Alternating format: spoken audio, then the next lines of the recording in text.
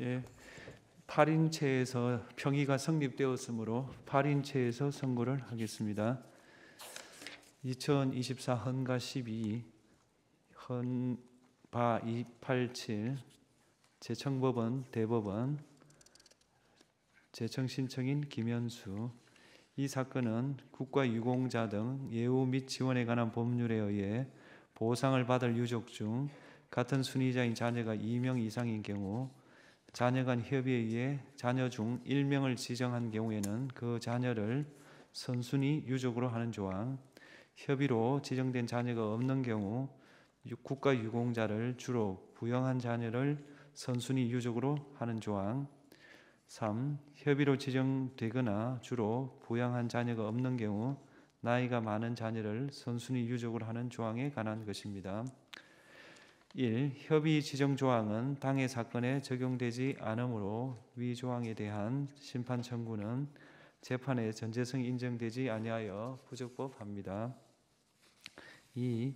부양자 우선 조항이 규정하는 주로 부양한 자녀는 국가유공자의 생애 기간 전체를 기준으로 국가유공자의 연령, 재산과 소득, 자녀의 부양의 내용과 기간 등을 종합적으로 고려할 때 그 자녀에게 선순위 유족의 지위를 부여하는 것이 정당화될 수 있을 정도로 높은 수준으로 국가유공자를 부양하였다고 인정되는 자녀를 의미하므로 명확성 원칙에 위반되지 않습니다. 이 조항의 목적과 의미에 비추어 볼 때 국가유공자를 주로 부양하지는 않았지만 어느 정도 부양을 한 자녀, 국가유공자를 전혀 부양하지 않은 자녀가 본질적으로 다른 집단이라고 보기 어렵고 부모와 자녀 사이의 부양 의무를 고려하면 이 조항이 다른 자녀보다 국가유공자를 조금 더 부양하였지만 주로 부양의 요건을 충족하지는 않은 자녀에게 선순위 유족의 지위를 부여하지 않는 데에는 합리적 이유가 있으므로 이 조항은 평등 원칙에 위반되지 않습니다. 3. 연장자 우선 조항은 개별적 경제 사정은 전혀 고려하지 않고 나이 많음을 선순위 수급권자 선정의 최종 기준으로 삼고 있습니다.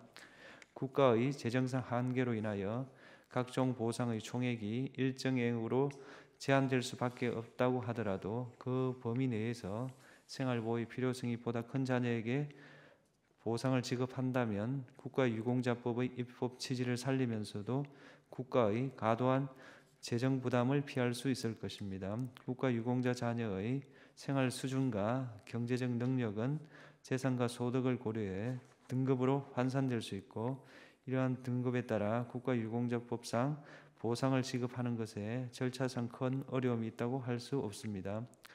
연장자 우선 조항은 국가유공자법의 각종 보상이 가지는 사회보장적 성격에 부합하지 아니하고 나이가 많다는 우연한 사정을 기준으로 보상의 지급 순위를 정하는 것에 합리적 이유가 있다고 볼 수 없으므로 평등 원칙에 위반됩니다. 다만 연장자 우선 조항에 대하여 단순 위헌 결정을 할 경우 국가유공자법상 각종 보상의 수급자를 정함에 있어서 법적 공백 상태가 발생할 수 있습니다. 또한 연장자 우선 조항의 위헌적 상태를 어떻게 제거할 건지에 관한 입법자에게 재량이 부여되어 있습니다. 따라서 연장자 우선 조항에 대하여 헌법 불합치 결정을 선고하되 2026년 12월 31일을 시한으로 입법자의 개선 입법이 이루어질 때까지 잠정 적용하도록 합니다. 주문 국가유공자 등 예우 및 지원에 관한 법률 13조 2항 3호 전문 전단 중 자녀 중 나이가 많은 사람을 선순위자로 정하는 부분은 헌법에 합치되지 아니한다. 위 법률 조항은 2026년 12월 31일을 시한으로 개정될 때까지 계속 적용된다. 2. 국가유공자 등 예우 및 지원에 관한 법률 13조 2항 2호 중 자녀 중 국가유공자를 주로 부양한 사람을 선순위로 정하는 부분은 헌법에 위반되지 아니한다. 3. 국가유공자 등 예우 및 지원에 관한 법률 13조 2항 1호 중 자녀 간 협의에 의해 자녀 중 1인을 선순위자로 정하는 부분에 대한 심판 청구를 각하한다. 2024 헌나 6 청구인 국회, 피청구인 법무부 장관. 이 사건은 피청구인이 직무집행에 있어 헌법이나 법률을 위반했는지 여부, 파면 결정을 선고할 것인지 여부에 관한 것입니다. 먼저 적법 요건에 관하여 보겠습니다.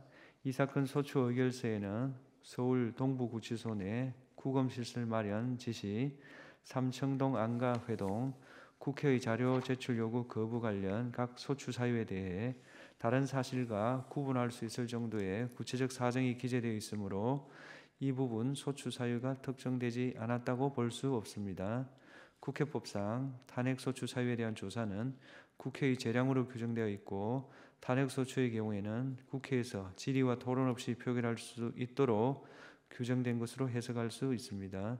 국회의 탄핵소추안 의결 과정에서 필요한 법정 절차가 준수되었고 피소추자의 헌법 내지 법률 위반 행위가 일정 수준 이상 소명된 이상 탄핵소추권이 남용되었다고 할 수 없습니다. 따라서 이 사건 심판 청구는 적법합니다. 다음으로 본안에 관하여 소추 사실별로 차례로 보겠습니다. 첫째로 피청구인이 대통령의 내란죄에 가담한 행위에 관하여 보겠습니다. 이 사건 기록상 피청구인이 대통령의 비상계엄 선포 결의를 강화하거나 그 실행을 용이하게 함으로써 비상계엄 선포에 가담하였다거나 국회의원 등을 불법 구금하기 위하여 서울 동부구치소 내에 구금시설을 마련하도록 지시함으로써 비상계엄 선포행위의 중요한 실행행위를 분담하였다고 인정할 증거 또는 객관적 자료가 없습니다. 서울 삼청동 소재 대통령 안전가옥에서의 해동 부분 역시 비상계엄이 해제된 이후에 이러한 해동이 있었다는 사정만으로 피청구인이 내란 행위에 따른 법적 후속 조치를 논의하고 대응 방안을 모색함으로써 내란 행위에 관여했다고 인정할 수 없습니다. 따라서 피청구인이 대통령의 비상계엄 선포에 가담하였다고 인정할 증거 또는 객관적 자료가 부족하므로 이 부분 소추 사유는 인정되지 않습니다. 국회의 자료 제출 요구에 대한 거부 행위가 위법한지 보겠습니다. 1. 장시호 서울구치소 출정 기록 자료 제출 거부 부분에 관하여 보겠습니다. 피청구인이 국회로부터 제출을 요구받은 자료들은 그 제출 요구의 목적과 관련 있는 자료로 보이고 수용자의 조사나 출정에 관련한 사항으로서 개인의 사생활에 관한 사항이라고 보기 어렵습니다. 국회에서의 증언 및 감정에 관한 법률 2조에 의하면 자료 제출 요구받은 자는 다른 법률 이유로 제출을 거부할 수 없으므로 공공기관의 정보 공개에 관한 법률 조항을 자료 제출 거부의 정당한 사유로 보기 어렵습니다. 따라서 피청구인 이 부분 자료 제출 거부는 국회 증언감정법 4조 1항 12조 1항을 위반한 것입니다. 2. 대전지방검찰청의 10년간 특수활동비 사용 내역 관련 자료 제출 거부 부분에 관하여 보겠습니다. 이 부분과 관련한 국회 법제사법위원회의 자료 제출 요구는 제출 요구일인 2024년 9월 27일로부터 3일 전인 2024년 9월 24일 법무부에 송달되었으므로 서류 제출 요구가 늦어도 제출 요구일 7일 전에 송달되어야 한다는 국회 증언감정법이 정한 절차를 준수하지 못하였습니다.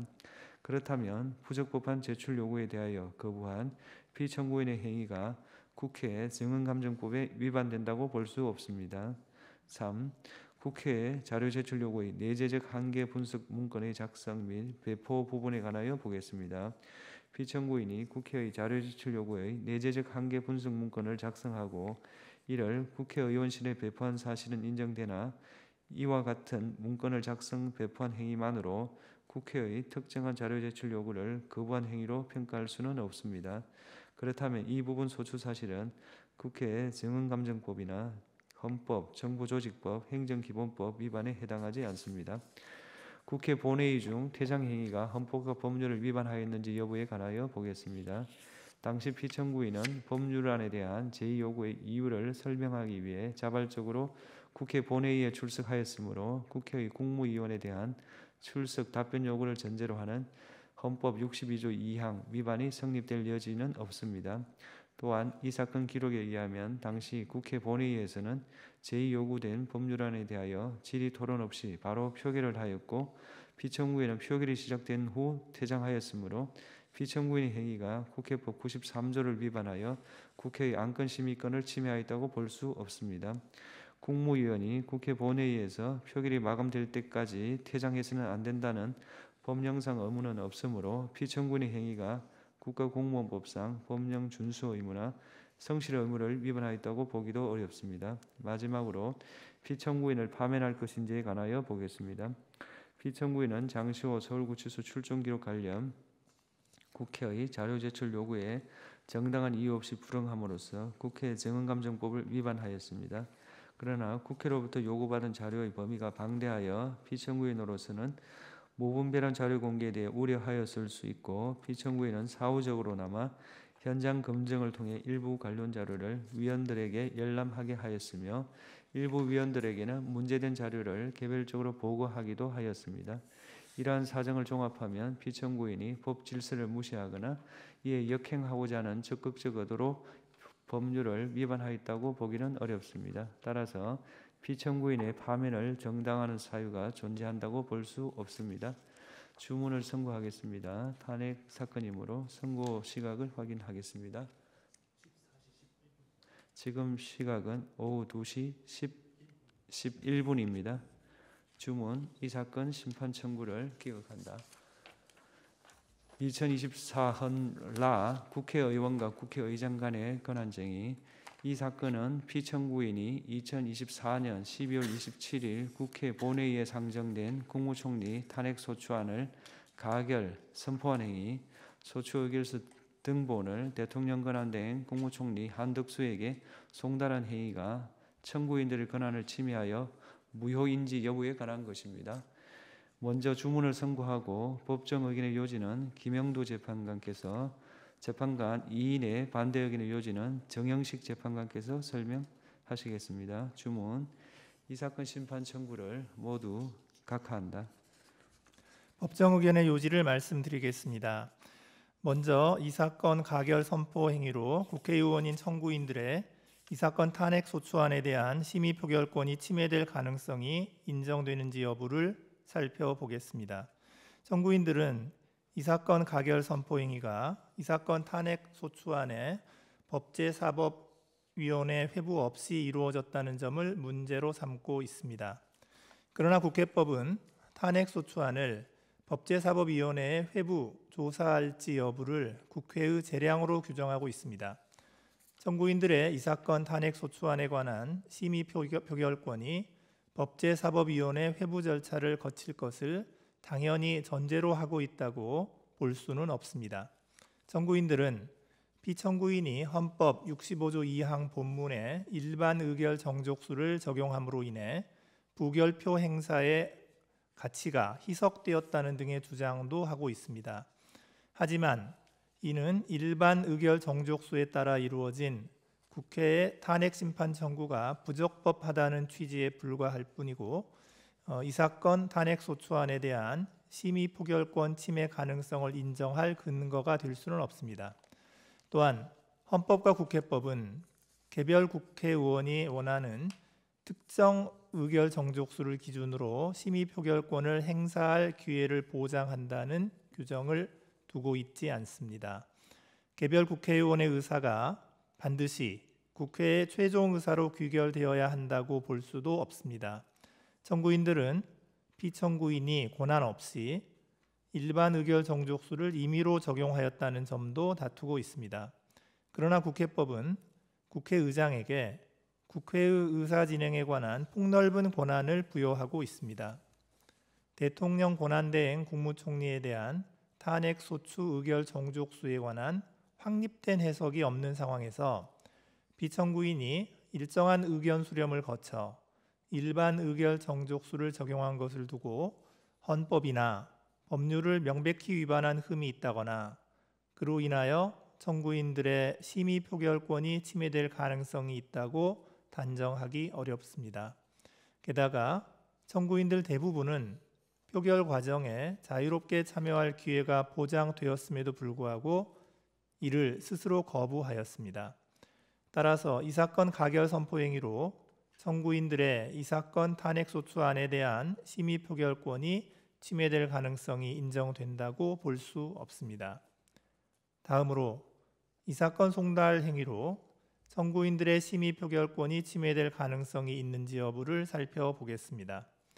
이 사건 송달 행위는 국회에서 이 사건 탄핵 소추안에 대한 심의 표결을 통하여 본회의 의결이 이미 종료된 후 피소추자를 상대로 이루어진 것입니다.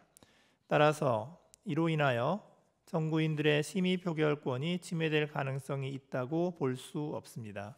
결국 이 사건 가결 선포 행위 및 이 사건 송달 행위에 관하여 청구인들의 심의 표결권이 침해될 가능성은 인정되지 않기 때문에 이 사건 심판 청구는 모두 부적법합니다. 이상입니다. 재판관 정영식, 재판관 조한청의 반대 의견의 요지를 말씀드리겠습니다. 우리는 법정 의견과 달리 피청구인의 이 사건 가결 선포 행위는 청구인들의 이 사건 탄핵 소추안에 대한 심의 표결권을 침해하였다고 생각합니다. 그 이유는 다음과 같습니다.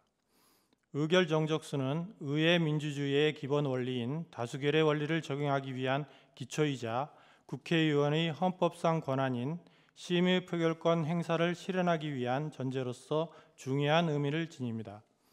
의결 정적수의 헌법적 의미와 중요성을 감안할 때 헌법과 법률에 의결 정적수가 명확하게 규정되어 있지 않고 국회의 표결 과정에서 어떠한 기준에 따라야 할지 극심한 혼란이 초래되는 특수한 상황이라면 표결에 참석하는 국회의원들에게 이에 관한 의견 제출 및 토론 기회를 충분히 보장할 필요가 있습니다. 만약 이러한 특수한 상황에서 국회의원들의 자유로운 의견 제출과 논의 과정 없이 국회의장이 일방적으로 의결 정적수를 결정하였다고 평가된다면 이는 국회의원에게 부여된 심의 표결권의 근간을 훼손하는 결과로 이어질 수 있습니다. 이 사건 탄핵 소추안은 헌정사상 전례가 없는 대통령의 권한을 대행하는 국무총리를 탄핵 소추의 대상으로 삼은 것으로 그 가결 여부를 좌우하는 핵심 쟁점은 결국 의결 정적수였음에도 헌법과 국회법에는 그에 관련하여 별도의 명확한 규정이 마련되어 있지 않았습니다. 헌법재판소에 관련 해석조차 없는 상황에서 국회의원들 사이에서도 의견이 일치하지 않았고 대통령의 권한을 대행하는 국무총리에 대한 탄핵 소추 의결은 국가적 사회적 파급력이 매우 큰 사안이었습니다. 따라서 국회의장이자 본회의 주재자인 피청구인에게는 의결 정적수와 관련하여 국회의원들에게 충분한 의견 제출 및 질의와 토론의 기회 등을 보장하고 이를 통해 갈등과 분쟁을 최소화할 방법을 모색해야 할 헌법상 책무가 있었습니다. 그러나 피청구인은 이 사건 탄핵 소추안을 국회 본회의 안건으로 상정하면서 그 자리에서 비로소 헌법 제65조 제2항 본문의 일반 의결 정적수를 적용한다는 것을 일방적으로 공지하였습니다. 표결에 앞서 국회의원들의 의결 정적수에 관한 의견 수렴이나 토론 등의 절차를 따로 거치지 않았고 청구인들의 항의가 있었음에도 곧바로 표결 절차를 강행하였습니다. 그로 인해 청구인들은 이 사건 탄핵 소추안에 대한 표결 현장에서 의결 정적수 적용과 관련한 의견을 제출하거나 질의 및 토론 등의 기회를 갖지 못하였고 청구인들 대부분이 퇴장한 상황에서 이 사건 가결 선포 행위가 이루어졌습니다. 결국 이 사건 가결 선포 행위는 실질적 토론을 전제로 하는 헌법상 다수결의 원리 및 국회 의결 절차에서 회의 주재자의 중립성을 엄격하게 요구하는 헌법 제49조와 이를 바탕으로 하는 의회 민주주의의 원리를 위반한 것입니다. 그렇다면 피청구인의 이 사건 가결 선포 행위는 청구인들의 이 사건 탄핵 소추안에 대한 심의 표결권을 침해하였다고 할 것입니다. 이상입니다. 2019 헌바 519 청구인 이효영. 이 사건은 법원의 제출 명령에 따라 알게 된 거래 정보 등을 목적 외 용도로 이용하는 것을 금지하는 금융실명거래 및 비밀 보장에 관한 법률 조항, 개인정보 처리자로부터 제공받은 개인정보를 목적 외 용도로 이용하는 것을 금지하는 개인정보보호법 조항에 관한 것입니다. 금융실명법 조항은 당해 소송 사건의 법적 분쟁을 해결하고자 하는 목적 외의 모든 용도로 이용하는 것을 금지한다고 해석되고, 개인정보보호법 조항은 개인정보를 제공받을 당시 예정되어 있었던 목적 외의 모든 용도로 이용하는 것을 금지한다고 해석되므로 위 조항들은 명확성 원칙에 위반되지 않습니다. 위 조항들은 거래정보 등의 비밀을 보장하고 개인정보를 보호하기 위한 불가피한 조치로 보이고, 그로 인하여 일반적 행동 자유권이 제한되는 정도가 크다고 보기 어려우므로 위 조항들은 과잉금지 원칙에 위반되지 않습니다. 주문: 금융실명거래 비밀 보장에 관한 법률 4조 4항 본문 중 1항 1호의 법원의 제출 명령에 따라 거래정보 등을 알게 된 자는 그 알게 된 거래정보 등을 그 목적 외의 용도로 이용해서는 안 된다 부분 및 개인정보보호법 19조 중 제공받은 목적 외의 용도로 이용에 관한 부분은 모두 헌법에 위반되지 아니한다. 2020 헌바 363호, 2020 헌가 20, 2021 헌바 163. 이 사건은 도시개발법에 따른 도시개발사업 등에 대하여는 개발사업의 결과로 증가된 가구에 대해서만 학교용지 부담금을 부과하면서 주택법에 따른 주택건설사업에 대해서는 전체 가구 수에 대하여 학교용지 부담금을 부과하는 구 학교용지 확보 등에 관한 특례법 조항에 관한 것입니다. 먼저 주문을 선고하고 법정 의견의 요지는 이미선 재판관께서, 재판관 2인의 반대 의견의 요지는 김영두 재판관께서 설명을 하겠습니다. 주문: 2020년 5월 19일 개정되기 전에 학교 용지 확보 등에 관한 특례법 5조 1항 단서는 헌법에 위반되지 아니한다. 법정 의견의 요지를 말씀드리겠습니다. 심판 대상 조항은 도시개발법상 도시개발사업, 도시정비법상 재개발사업과 재건축사업 등에 대해서는 사업 시행 결과 가구 수가 증가하지 않는 개발사업분에 대해서 학교 용지 부담금을 부과하지 않는데, 이들 개발사업은 그 실질이 기존 주택의 재건축에 해당합니다. 그리고 기존 세대가 사업을 주도하며 기존 세대의 대부분이 조합원의 지위에서 분양을 받아 그대로 거주할 가능성이 높습니다. 반면에 주택법에 적용을 받는 주택건설 사업은 사업 주체가 택지를 매입하여 신규 주택을 건설하고 공급하는 사업으로서 기존 세대와 무관하게 신규 주택의 건설 공급을 내용으로 하는 사업이고, 따라서 사업 시행 이후 기존 세대가 이전하고 인구가 새로 유입되는 상황을 예전하고 있습니다. 이러한 점에서 도시개발법상 도시개발사업 등과 뚜렷이 구분됩니다. 이처럼 기존 세대가 잔류하지 아니하고 인구가 새로 유입되면서 세대가 교체되어 그 구성원에 변동이 생기는 상황이라면 가구수 자체의 변동이 없더라도 취약 수요가 증가하여 학교 시설을 확보할 필요성이 유발된다고 볼 수 있습니다. 입법자가 이와 같은 주택법상 주택건설 사업의 실질을 고려하여 주택법의 경우 가구 수의 증감과 관계없이 신축된 공동주택 전체 가구 수를 기준으로 학교 용지 부담금을 부과하도록 정한 것은 합리적인 이유가 있다고 볼 수 있습니다. 시행 방식에 따라서는 학교 시설을 확보할 필요성이 유발되지 않는 경우도 있을 수 있는데, 이러한 경우에는 개별 사안에서 학교 용지 부담금 부과 처분이 재량권을 일탈 남용하여 위법한지 여부를 심사함으로써 구체적 타당성을 도모할 수 있습니다. 그렇다면 입법자가 주택법에 따른 주택건설 사업의 특성을 고려하여 개발사업 결과로 지어지는 전체 가구 수에 대하여 학교 용지 부담금을 부과하였다고 하여 이것이 입법자의 합리적인 재량의 범위를 벗어났다고 볼 수는 없습니다. 이상입니다. 재판관 김영두, 정명식의 반대 의견 요지를 말씀드리겠습니다. 개발사업 시행자에게 학교 용지 부담금을 부과하는 것은 개발사업에 따른 인구 유입과 취학 수요의 증가로 학교 시설 확보의 필요성을 유발하기 때문입니다.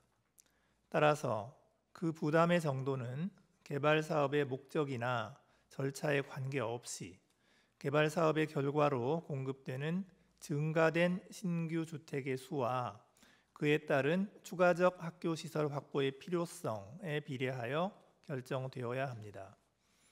개발 사업에 따른 추가적인 교육 기반 시설의 확충이라는 학교 용지 부담금의 부과 필요성이라는 측면에서 도시개발법의 도시개발사업 등과 주택법상 주택건설 사업은 다르지 않습니다. 그럼에도 불구하고 심판대상 조항이 도시개발법의 도시개발사업 등에 대하여는 개발사업에 의하여 증가된 가구 수에 대해서만 학교용지 부담금을 부과하면서 주택법상 주택건설 사업에 대해서는 기존에 비하여 가구 수가 증가하지 않은 개발 사업분에 대해서까지 학교용지 부담금을 부과하는 것은 학교 시설 확보의 필요성을 유발하는 정도와 무관한 불합리한 차별로서 헌법상 평등 원칙에 위반됩니다. 또한 주택법상 주택건설 사업은 주택건설 사업 계획의 승인을 받기 위하여 주택건설 대지의 소유권을 먼저 확보하여야 하는데 그 대지에 기존의 노후 불량 건축물이 밀집하여 있었던 경우에는 개발사업 시행 결과 가구 수가 오히려 감소하는 사례도 존재합니다. 그렇게 되면 취약 수요는 사업 시행 후에 오히려 더 감소할 수 있는데 심판 대상 조항으로 인하여 이러한 경우까지 학교 용지 부담금을 납부하여야 하는 불합리마저 발생합니다. 이상입니다. 2021 헌바 123호, 2021 헌바 173호. 이 사건은 사기 등 행위를 저지른 지방 공무원에 대한 징계 의결 요구 시 취득하거나 제공한 금전 또는 재산상 이득의 5배 내에서 징계 부과금 부과 의결을 요구하도록 한 지방공무원법 조항, 지방공무원 징계 및 소청 규정 조항, 지방공무원 징계규칙 조항에 관한 것입니다. 지방공무원법은 징계부과금, 부과처분 주체, 부과의 사유, 상한 등에 관한 핵심적 내용을 법률로서 규율하고 있고 이 사건 법률 조항은 징계 사유인 금품 비위 행위의 태양을 세분화하여 규정하고 있는 바 법률 유보 원칙에 위반되지 않습니다. 이 사건 법률 조항은 지방공무원의 금품 비위를 근절하여 공직에 대한 국민의 신뢰를 회복하기 위한 것으로 징계 부과금 상한 내에서 여러 가지 사정들을 종합하여 적정한 수준으로 징계 부과금 부과 액수를 양정하고 사후적인 감면 등을 할 수 있는 점을 고려하면 과잉금지 원칙에 위반하여 지방공무원의 재산권을 침해하지 않습니다. 소청 규정, 징계 규칙 조항은 대통령령, 행정안전부령으로서 헌법재판소법 68조 2항에 의한 헌법 소원 청구의 대상이 될 수 없습니다. 이에 대한 심판 청구는 부적법합니다. 주문, 지방공무원법 69조 2 제1항 중 제1호, 제2호 가운데 사개의 행위로 취득하거나 제공한 금전 또는 재산상 이득의 5배 내에 관한 부분은 헌법에 위반되지 아니한다. 청구인들의 나머지 심판 청구를 모두 각하한다. 2021 헌바 278, 366, 2023 헌바 272, 335, 2024 헌바 52, 357, 358 소송 촉진 등에 관한 특례법 3조 등 위헌 소원. 이 사건은 고정적 법정 이유를 규정하고 있는 민법, 상법, 금전채무 이행을 명하는 판결에 적용되는 법정 이율의 이율과 적용 범위를 규정하고 있는 소송 촉진 등에 관한 특례법 조항, 소송 촉진 등에 관한 특례법 3조 1항 본문의 법정 이율에 관한 규정에 관한 것입니다. 먼저 주문을 선고하고 법정 의견의 요지는 이미선 재판관께서 재판관 김형두의 일부 반대 의견의 요지는 김형두 재판관께서 설명하겠습니다. 주문 1. 민법 379조, 상법 54조, 소송 촉진 등에 관한 특례법 3조 1항 본문, 소송 촉진 등에 관한 특례법 3조 2항은 모두 헌법에 위반되지 아니한다. 2. 청구인들의 나머지 심판 청구를 각하한다. 법정 의견의 요지를 말씀드리겠습니다. 우선 소송 촉진 등에 관한 특례법 제3조 제1항 본문의 법정 이율에 관한 규정에 대한 심판 청구 부분은 헌법재판소법 제68조 제2항에 의한 헌법소원 심판의 대상이 될 수 없는 대통령령을 대상으로 한 것이어서 부적법합니다. 다음으로 법정 이유를 고정적으로 정하고 있는 민법 제379조와 상법 제54조가 과잉금지 원칙에 반하여 청구인들의 재산권을 침해하는지 여부를 살펴보겠습니다. 헌법재판소는 2017년 5월 25일 2015 헌바 421 결정에서 민법 제379조는 이율에 관한 표준 규범을 정립한다는 입법 목적을 달성하기 위해 법률로 연 5%의 고정적 법정 이유를 정하여 법적 안정성을 추구하고 있으므로 과잉금지 원칙에 반하여 채무자의 재산권을 침해하지 않는다고 판단한 바 있습니다.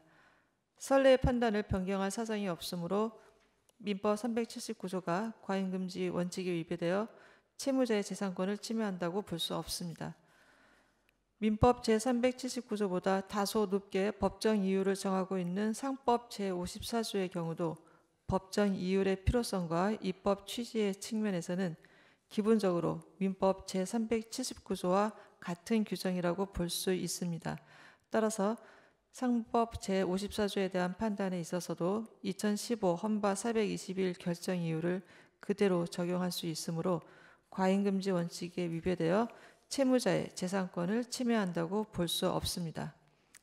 다음으로 민사소송이 제기된 채무자에게 대통령으로 정하는 높은 이율의 지연손해금 채무를 부담하게 하는 소송촉진 등에 관한 특례법, 이하 소송촉진법이라 하겠습니다. 제3조 제1항 본문이 과잉금지 원칙에 반하여 청구인들의 재산권과 재판받을 권리를 침해하고 소고당한 채무자와 그렇지 않은 채무자를 차별하여 평등 원칙에 위배되며 포괄위임금지 원칙에 위배되는지 여부를 살펴보겠습니다. 소송촉진법 제3조 제1항 본문은 소송 지연과 상소권 남용을 막고 사실심 판결 선고 후 채무의 신속한 이행을 확보하기 위한 것으로서 목적의 정당성과 수단의 적합성을 인정할 수 있습니다. 소송촉진법 제3조 제2항은 채무자가 그 이행 의무의 존재 여부나 범위에 관하여 항쟁하는 것이 타당하다고 인정되는 경우에는 높은 법정 이율의 적용 시점을 사실심 판결 선고일까지 미룰 수 있도록 하여 채권자와 채무자의 이해를 조정하는 장치도 마련하고 있습니다. 따라서 소송촉진법 제3조 제1항 본문이 과잉금지 원칙에 위배되어 채무자의 재산권과 재판받을 권리를 침해한다고 볼 수 없고 평등 원칙에 위배된다고 볼 수도 없습니다.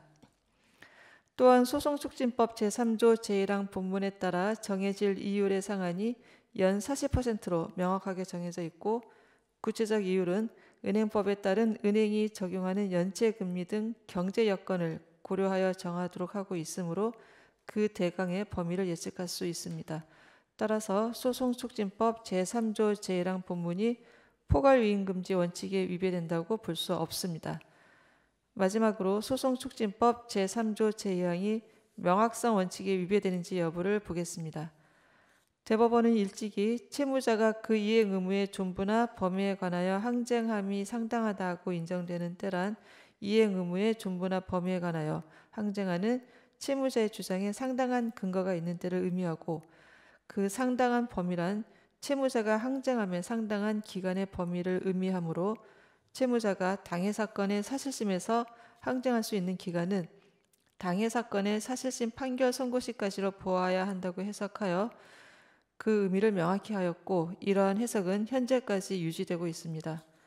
개별 사안에서 어느 시점부터 소송촉진법 제3조 제1항 본문의 법정 이유를 적용할 것인지는 해당 사안에서의 구체적 사정들을 종합하여 결정하여야 하는 문제로서 위와 같은 대법원의 해석 기준에 따라 사안별로 합리적인 해석이 가능합니다. 따라서 소송촉진법 제3조 제2항이 명확성 원칙에 위배된다고 볼 수 없습니다. 이상입니다. 재판관 김영두의 민법 및 상법 조항에 대한 반대 의견의 요지를 말씀드리겠습니다. 저는 법정이율 고정제를 채택하고 있는 민법 379조와 상법 54조가 과잉금지 원칙에 반하여 청구인들의 재산권을 침해한다고 생각하며 그 이유는 다음과 같습니다.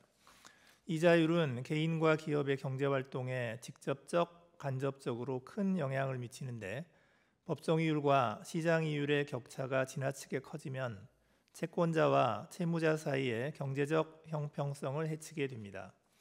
이러한 격차로 인한 부당한 결과를 최소화하고 채권자와 채무자 양측의 이익을 조화롭게 보호하기 위해서는 법정 이율이 이자 채권 발생 당시의 시장 이율에 근접하도록 정하는 것이 필요합니다.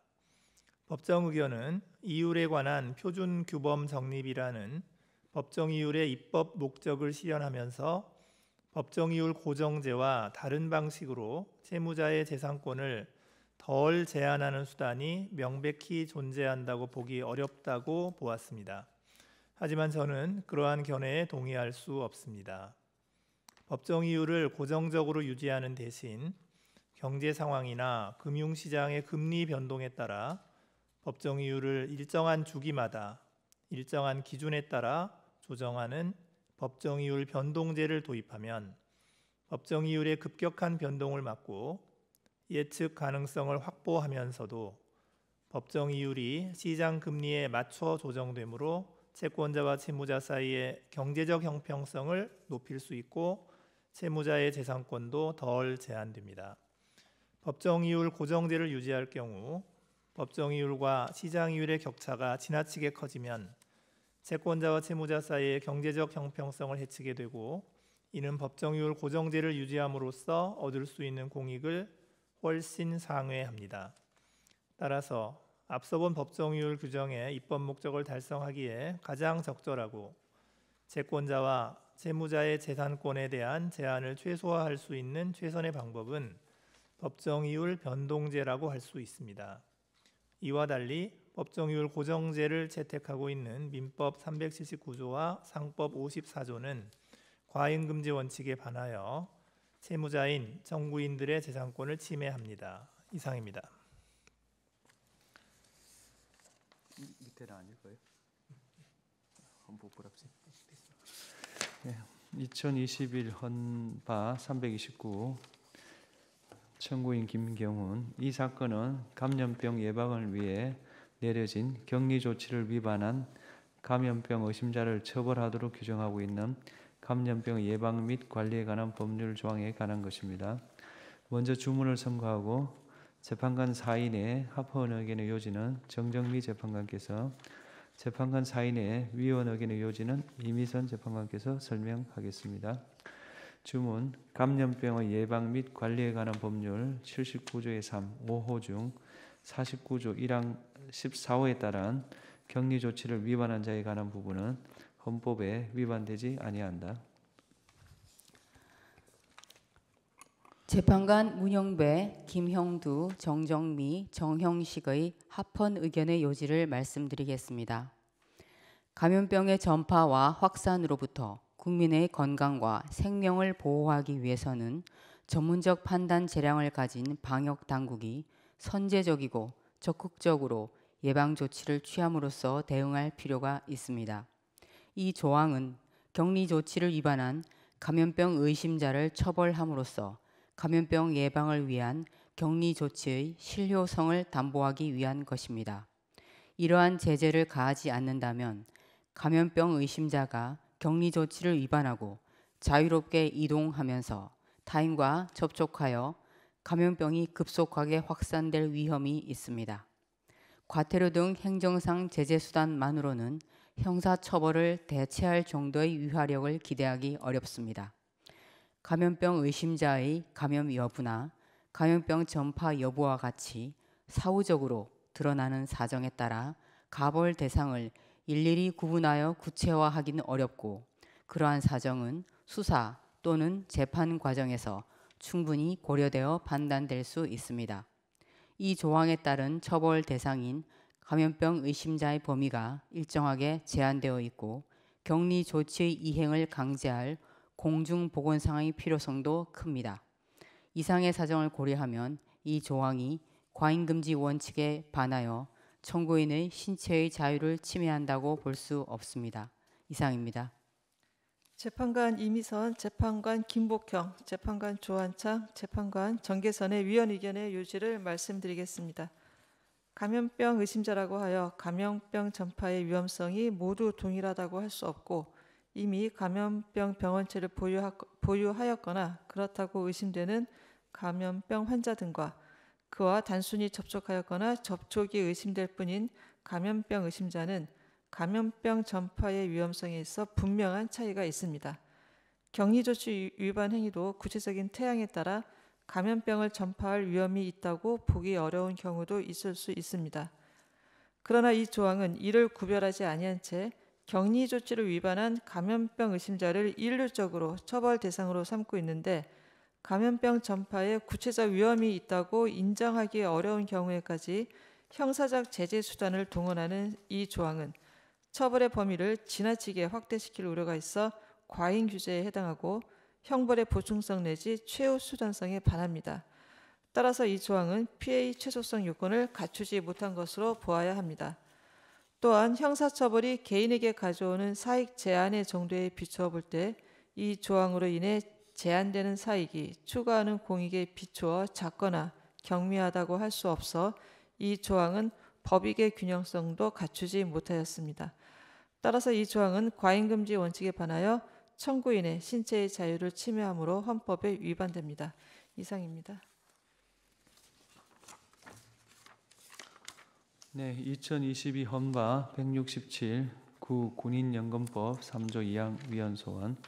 이 사건은 구 군인연금법상 유족의 범위를 대통령령으로 정하는 장애 상태에 있는 19세 이상의 자녀로 정한 구 군인연금법 조항에 관한 것입니다. 유족에 해당하기 위한 요건인 장애 상태는 그 종류의 정도가 다양하여 탄력적 규율이 요구되므로 구체적인 기준과 범위를 대통령령에 위임할 필요성이 인정됩니다. 유족 급여 제도의 취지, 관련 법률 조항의 내용을 종합하여 보면 이 조항은 19세 이상임에도 불구하고 장애로 인하여 19세 미만인 자녀와 동일하게 평가할 수 있을 정도로 사회적 독립성이나 독자적 생활 능력을 갖추었다고 보기 어려워 부양의 필요성이 인정되는 자녀를 유족의 범위에 포함시키는 의미라고 해석할 수 있으므로 이 조항의 위임에 따라 대통령령에 규정될 구체적인 장애 상태가 어느 정도인지 그 내용의 대강을 충분히 예측할 수 있습니다. 따라서 이 조항은 포괄위임 금지 원칙에 위배되지 않습니다. 주문 2019년 12월 10일 전부 개정되기 전의 구 군인연금법 3조 2항 중 대통령령으로 정하는 정도의 장애 상태에 있는 19세 이상인 자녀 부분은 헌법에 위반되지 아니한다. 2024 헌바 471호 형사소송법 232조 사망 위헌소원. 이 사건은 반의사 불벌죄에서 처벌을 원하는 의사표시를 철회하는 시한을 1심 판결 선고 전까지로 제한하고 있는 형사소송법 조항에 관한 것입니다. 먼저 주문을 선고하고 법정 의견의 요지는 정정미 재판관께서, 재판관 김형두의 반대 의견의 요지는 김형두 재판관께서 설명하겠습니다. 주문 형사소송법 232조 3항 중 232조 1항을 준용하는 부분은 헌법에 위반되지 아니한다. 법정 의견의 요지를 말씀드리겠습니다. 심판 대상 조항은 피고인과 피해자 사이에 자율적인 화해가 이루어질 수 있도록 어느 정도의 시간을 보장함으로써 국가형벌권의 남용을 방지하는 동시에 국가형벌권의 행사가 전적으로 피해자의 의사에 의해 좌우되는 것을 방지하는 한편 가급적 처벌을 원하는 의사표시의 철회가 제1심 판결 선고 전에 이루어질 수 있도록 유도함으로써 상소의 남용을 막고 사법자원이 효율적으로 분배될 수 있도록 합니다. 나아가 처벌을 원하는 의사표시의 철회 시한을 제1심 판결 선고 이후까지로 확대하는 경우 피해자 보호의 측면에서도 바람직하지 않습니다. 따라서 심판 대상 조항이 항소심 단계에서 처벌을 원하는 의사표시가 철회된 사건의 피고인을 제1심 단계에서 처벌을 원하는 의사표시가 철회된 사건의 피고인과 차별하는 데에는 합리적인 이유가 있으므로 심판 대상 조항은 평등 원칙에 위배되지 않습니다. 이상입니다. 재판관 김형두의 반대 의견의 요지를 말씀드리겠습니다. 반의사 불벌죄에서 처벌을 원하지 않는다는 의사표시는 소극적 소송 조건입니다.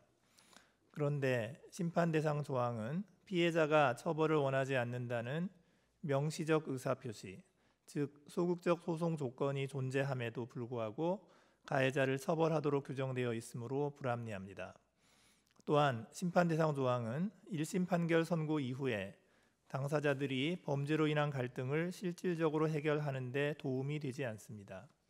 피해자가 처벌을 원하는 의사표시를 철회한 시점이 1심 판결 선고 이후라는 이유만으로 피고인에 대하여 불필요한 형사 절차를 이어나가는 것은 형사정책의 유연성과 효율성을 저해합니다. 처벌의 필요성이 없어진 피고인에 대하여 공판 및 집행 절차 등에 걸쳐 사법자원을 계속하여 투입하는 것은 사법자원의 낭비라고 할 수 있습니다. 현행 제도 하에서도 피해자의 처벌 불원 여부는 양형의 중요한 요소에 해당하므로 1심 판결 선고 이후에도 피해자를 상대로 합의를 요구하는 경우가 대부분입니다. 처벌을 원하는 의사표시의 철회 시한을 형사 절차가 종료되어 확정될 때까지로 확장하는 것이 사법자원의 효율적 분배에 도움이 될 것입니다. 따라서 심판 대상 조항은 1심 판결 선고 전에 처벌을 원하는 의사표시가 철회된 피고인에 비하여 항소심 이후 단계에서 처벌을 원하는 의사표시가 철회된 사건의 피고인을 합리적 이유 없이 차별하고 있으므로 평등 원칙에 위배되어 헌법에 위반됩니다. 이상입니다. 2020 헌마 1437호 1611호 도로교통법 시행규칙 16조 1항 별표구 위헌 확인 청구인 강주형 외 355명. 이 사건은 일반 도로에서 이륜 자동차와 원동기 장치 자전거가 통행할 수 있는 차로를 오른쪽 차로만으로 규정하고 있는 구 도로교통법 시행규칙 조항에 관한 것입니다. 먼저 주문을 선고하고 법정 의견의 요지는 정형식 재판관께서, 재판관 2인의 반대 의견의 요지는 김영두 재판관께서 설명하겠습니다. 주문: 이 사건 심판 청구를 모두 기각한다. 법정 의견의 요지를 말씀드리겠습니다. 이륜 자동차 등의 재원 및 성능에 기초한 독특한 주행 특성은 승용 자동차 등의 주행 특성과 상당한 차이가 있는 바, 심판 대상 조항은 일반 도로 차량들의 능률적인 운행과 원활한 교통소통 및 이에 따른 교통 안정성을 확보하는 데 기여하는 점, 이륜 자동차 등이 일반 도로의 모든 차로를 자유로이 통행하는 것을 허용한다면 교통사고 발생 확률을 높여 교통 안정성을 저해할 가능성이 상당한 점 등을 고려할 때 심판 대상 조항은 과잉 금지 원칙을 위반하여 청구인들의 통행의 자유, 일반적 행동의 자유를 침해하지 않습니다. 이상입니다.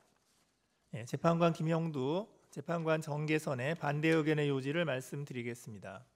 우리는 법정 의견과 달리 이 사건 심판 대상 조항이 과잉 금지 원칙을 위반하여 청구인들의 통행의 자유를 침해한다고 생각합니다. 그 이유는 다음과 같습니다. 첫째, 이륜 자동차 등은 2개의 바퀴로 주행하기 때문에 미세한 노면 변화와 맨홀 뚜껑에도 균형을 유지하기 쉽지 않습니다. 도로의 가장 오른쪽 차로의 경우에는 대형 차량이 운행하고 맨홀 뚜껑이 위치하거나 도로 표면이 균일하지 않은 경우가 비교적 자주 있습니다. 따라서 이륜 자동차 등 운전자가 운전하는데 많은 어려움을 겪을 수 있습니다. 둘째, 좌회전이나 유턴을 하고자 하는 이륜 자동차는 신호등 앞에서 도로 맨 우측 차로에서 운행하다가 신호등 앞에서 무리하게 맨 왼쪽 차로로 차선 변경을 해야만 합니다. 이는 차량 사이의 충돌 가능성을 높여서 교통사고 발생률을 오히려 증가시키는 원인이 될 수 있습니다. 셋째, 주요 외국의 입법례를 살펴보아도 이륜 자동차 등이 통행할 수 있는 차로를 제한하는 경우를 찾아보기 어렵습니다. 우리나라의 교통 현실이나 교통 질서에 대한 국민의 의식 수준 등이 외국에 비하여 뒤떨어진다고 보기 어렵습니다. 이상의 사정을 종합하면 이륜 자동차에 대한 차로 제한을 폐지하고 차량들이 자율에 따라 운행하도록 맡기는 것이 원활한 교통소통 및 교통안전성 확보에 도움이 될 수 있습니다. 따라서 심판 대상 조항은 과잉금지 원칙을 위반하여 청구인들의 통행의 자유를 침해합니다. 이상입니다. 네, 2021 헌마 833호 청구인 이무인. 이 사건은 피청구인이 행정심판 절차에서 청구인에게 한 국선 대리인 선임 신청 기각 결정에 관한 것입니다. 청구인은 국선 대리인 선임 신청 기각 결정에 관한 사항을 재결에 관한 불복 절차인 행정소송에서 재결 관련 위법 사유로 다툴 수 있을 뿐이고 이를 독립하여 헌법소원의 대상으로 삼을 수 없으므로 이 사건 심판 청구는 부적법합니다. 주문, 이 사건 심판 청구를 각하한다. 2021 헌마 1362호 고용보험법 시행령 94조 위헌 확인. 청구인 박우건.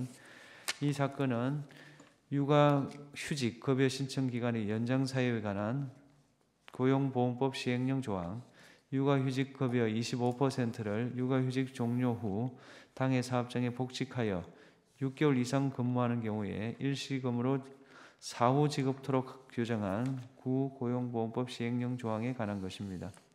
먼저 주문을 선고하고 신청기간 연장 사유 조항에 관한 법정 의견의 요지는 정영식 재판관께서, 재판관 사인의 사후 지급금 조항에 관한 기각 의견의 요지는 정영식 재판관께서, 재판관 사인의 사후 지급금 조항에 대한 위헌 의견의 요지는 이미선 재판관께서 설명하겠습니다. 주문, 고용보험법 시행령 94조에 대한 심판 청구를 각하한다. 청구인의 나머지 심판 청구를 기각한다. 신청기간 연장 사유 조항에 대한 법정 의견의 요지를 말씀드리겠습니다. 육아휴직 실시의 일부 기간에 대하여 급여를 신청하여 지급받은 청구인에 대하여는 신청기간 연장 사유 조항이 적용되지 않습니다. 그렇다면 신청기간 연장 사유 조항이 청구인의 법적 지위에 영향을 미친다고 볼 수 없으므로 이 부분 심판 청구는 기본권 침해 가능성이 인정되지 않아 부적법합니다. 재판관 문영배, 김영두, 정영식, 조한창의 사후 지급금 조항에 대한 기각 의견의 요지를 말씀드리겠습니다. 사후 지급금 조항은 육아휴직 제도의 의의 등을 고려하여 육아휴직 급여 수급권자의 원직장 복귀 및 고용 유지 여부에 따라 지급받을 수 있는 총 육아휴직 급여액을 다르게 정한 것으로 고용보험법 제70조 제4항에서 위임한 육아휴직 급여액을 구체화하였다고 볼 수 있으므로 법률 유보 원칙에 위반된다고 보기 어렵습니다. 육아휴직 종료 후 육아휴직 급여 수급권자가 원 직장에 복직을 하지 않는 것은 사업주에게 대체 인력 확보 등의 비용만을 부담하게 하는 결과를 초래할 수 있고, 이는 결과적으로 육아휴직에 대한 사업주의 소극적이고 부정적인 태도를 불러와 더 많은 근로자의 육아휴직 활용을 위축시킬 우려가 있습니다. 또한 고용보험법 시행령은 육아휴직 종료 후 정당한 사유로 원 직장에서 계속 근무하지 못하는 경우에도 사후 지급금을 지급받을 수 있도록 하여 육아휴직 급여 수급권자가 사후 지급금 지급 여부와 관련하여 불축의 손해를 입지 않도록 하고 있습니다. 국가는 아동수당 등 각종 출산 양육 지원 정책을 두고 있는 바 육아휴직 종료 후 6개월의 기간이 육아휴직 기간 중 발생한 경제적 어려움을 보전하는 데 지나치게 긴 시간이라고 보기 어렵고, 육아휴직 종료 후 원 직장과 근로관계를 6개월 이상 유지하지 아니하는 자에게 사후 지급금을 지급하지 않는 것이 그와 같은 육아휴직 급여 수급권자의 생계를 위협할 정도라고 단정하기도 어렵습니다. 따라서 사후 지급금 조항은 그 내용이 현저히 불합리하여 입법 형성권의 한계를 일탈하였다고 보기 어려우므로 청구인의 인간다운 생활을 할 권리나 재산권을 침해하였다고 볼 수 없습니다. 이상입니다. 재판관 이미선, 재판관 정정미, 재판관 김복형, 재판관 정계선의 사후 지급금 조항에 대한 인용 의견의 요지를 말씀드리겠습니다. 사후 지급금 조항의 위헌 여부 문제는 육아휴직 기간 중에 육아휴직 급여 전액을 지급하지 않고 일부를 원 직장 복귀 후에 지급한다는 점에 있으며 청구인이 처한 상황도 여기에서 비롯된 것입니다. 따라서 사후 지급금 제도가 입법 형성권의 한계를 일탈하여 청구인의 인간다운 생활을 할 권리와 재산권을 침해하는지 여부를 보겠습니다. 사후 지급금 제도는 근로자가 육아휴직 종료 후 원 직장에 복귀하는 데 실질적인 영향력을 행사한다고 보기 어렵습니다. 직장 복귀 후에 자녀를 양육하여 줄 사람이나 보육기관을 찾을 수가 없는 등의 이유로 육아휴직이 종료하더라도 원 직장에 복귀하지 못하는 경우가 상당수인데 이러한 경우에는 사후지급금 제도가 원 직장 복귀를 유도하는 수단이 될 수 없습니다.